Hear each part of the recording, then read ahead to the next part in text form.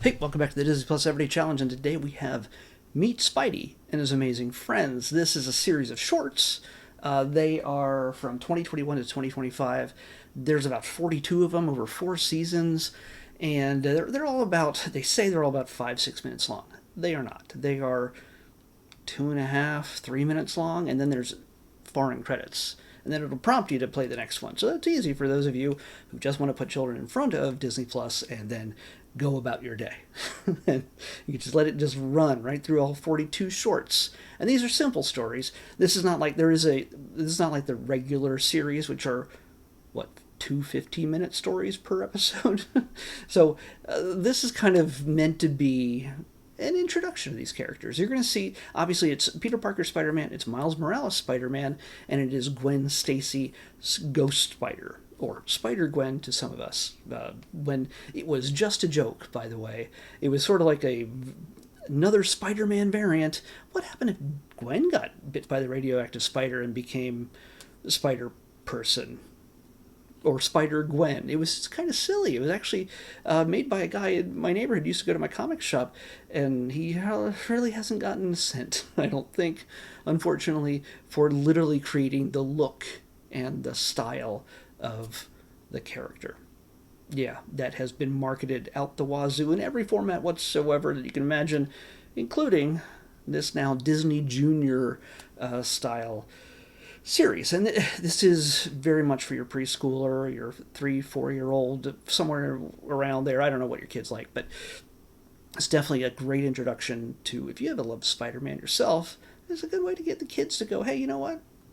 There's this fun little guy who has superpowers. He's either your age, and he has spider powers. He can jump and he can flip, and he swings on webs, and he has friends that just it's a good time. And one of the things I need to get out of my head here first is the fact that in the original, the regular Amazing Spidey and His Amazing Friends series, I don't think they ever really bring up why they call Miles Morales Spider-Man. They call him Spin. And I have friends who have little kids who are like, oh, when they see him, they're like, oh, that's Spin. I'm like, I have no idea what you're talking about. I've read the comics.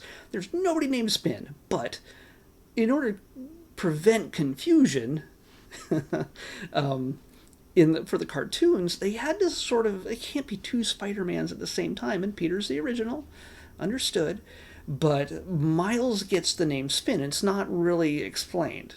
And Ghost Spider, well, nobody's going to call themselves Spider-Gwen because that gives away your identity. It's like, hey, she has a full mask and a hood and everything else, but kind of sounds like the Gwen I know who plays in a band. Probably, I don't know if she plays in a band as a preschooler, but I don't know. But yeah, I don't know. Just nobody calls themselves Spider Gwen. There's no Spider Doug. I'm just not calling myself that if I get bit by a spider. I think I got bit by a spider, but it was not radioactive, unfortunately. So, so yeah, if this series, the very first episode, I only watched 2 of them, the very first episode explains how they chose, and by the way, they don't call him Spider-Man because he's obviously like 4, 5 at best. He's not a Spider-Man. They're not going to call him Spider-Child, Spider-Toddler, and there's a Spider-Boy in the comics now, by the way, who is not Miles or Peter or Gwen or anything else. Spider-Boy, and there's also a Spider-Girl in the comics. Yeah. There's just a lot of spiders.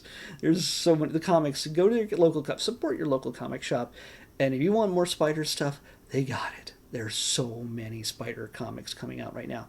And don't worry if it's not like if you feel like you're coming in the middle of a story, ask the people who work there. And if you pick a good shop, they will be eager to help you pick out something that you or your kid would enjoy reading.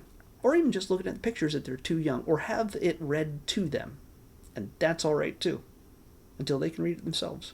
And that's no better way to introduce, well, I mean, there's other ways, but I prefer the idea of giving kids a view on adventure, an opportunity adventure that not just on the screen. You can introduce them this way, but let them have the imagination and the stories that they can read and hold in their hands.